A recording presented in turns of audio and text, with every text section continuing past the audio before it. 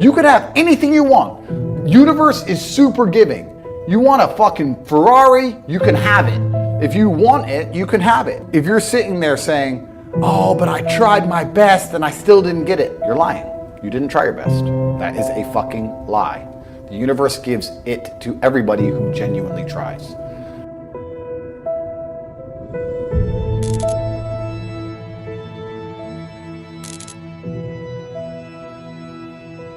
I want you to get pen and paper and write down everything you want to achieve in the next 4 years, the children you want to have, the car you want to drive, the money you want to make. I guarantee you every single thing you write down on that piece of paper is going to come true. Because when you've come from the absolute bottom to the absolute top and you've done it all off of your own back and hard work and dedication and never missing a day, the only shortcut to life is to never miss a day. One, because of compounding interest, and two, because sometimes you get lucky. And you'll never miss a lucky day if you try every day. If you don't try every day, you might miss your lucky day.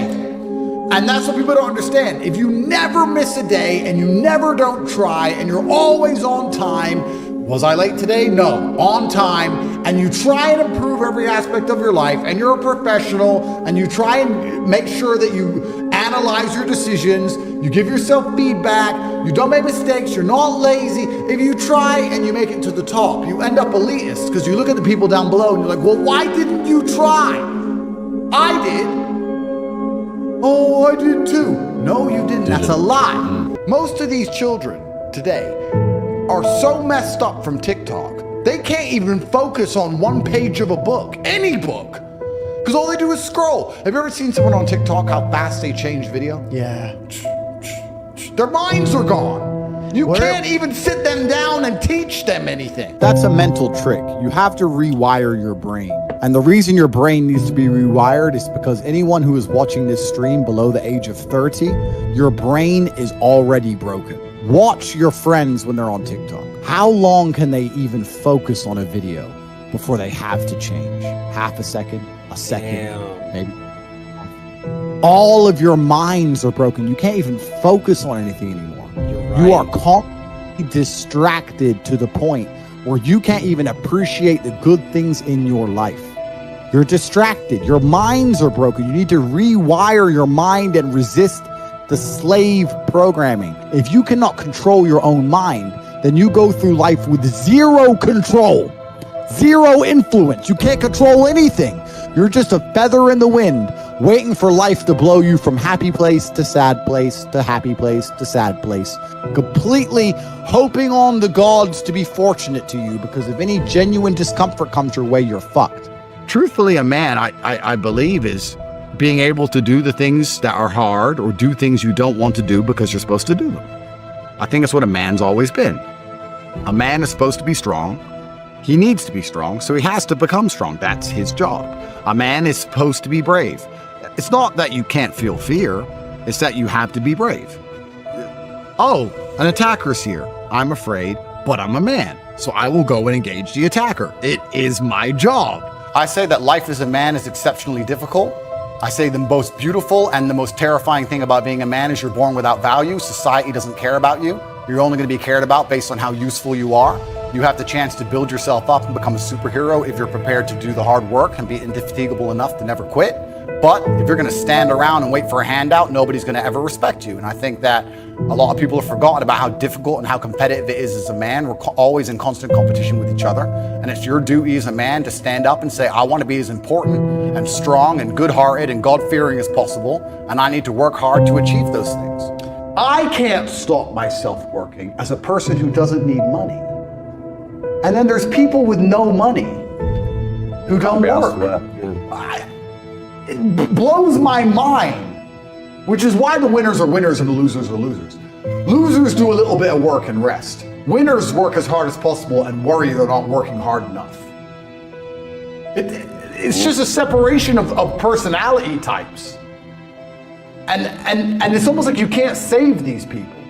I have something I sent in my email recently. I said, you could give the average man a brand new Ferrari and a road map and a coffee and a full tank of gas and tell him the destination, success. And halfway along the drive, he'll quit because it's too far. No matter how well you set it up for people, they'll quit. You may have accepted the matrix telling you that you now have an excuse to fail, as opposed to using it to grow. But every single man of value went through trauma, and they went through pain. It's going to be painful to get strong, painful to get rich, painful to become important. It's going to be painful to become good with women. Your heart's going to get broken a bunch of times. You have to be prepared for the pain. If you're not ready for pain, you're never going to be anything that matters. So Justin just absolutely and utterly nailed it. My kickboxing coach used to say to me, I used to come in the gym, say, what do you hate the most? And I said, I hate running. He'd say, okay, you're going running. I'd say, why? He goes, because whatever you hate is what you need. Whatever you hate is what you need. I wanted to spar, bag work, pads, no problem. Running, I didn't want to run, but that's what you need. And that's what life's about. You're not going to be able to go through life avoiding pain and also becoming a man of quality. You're going to have to be that guy who's been through so much shit that he can wake up and go, this ain't nothing. This ain't nothing compared to back then. This ain't nothing compared to that time. You know, and if you're not going to be that guy, then you're going to always suffer the consequences of not being that guy. There's pain to become important, and there's pain in not being important. So you have to make a choice. So I think Justin absolutely utterly nailed it. I think his answer is even better than mine could be. You need to find something you're afraid of, find something that could hurt you, and go do it. And that's one of the great things about being young, right? You're basically superhuman. Yeah. And all of us at our age, we're all in our 30s. I remember when I was 21, like I had Wolverine-like healing abilities. And this is actually one of the problems with the world today. I noticed the internet's fucked this up because we have all these youngsters who have a voice. They all think they know something on Twitter and on the internet, these kids, right? When I was 23, 22, I didn't know shit.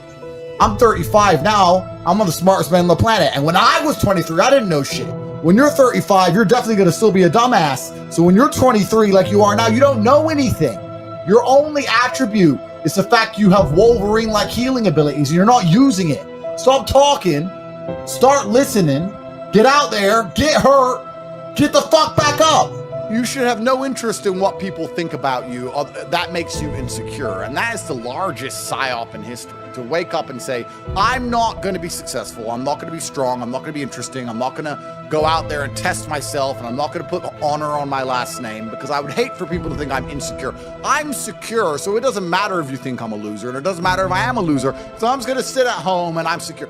No, it's not insecurity. It's called duty to your last name and honor. And that's just another one of the many different tentacles inside of the psyop octopus trying to snatch any motivation left from the masculine spirit.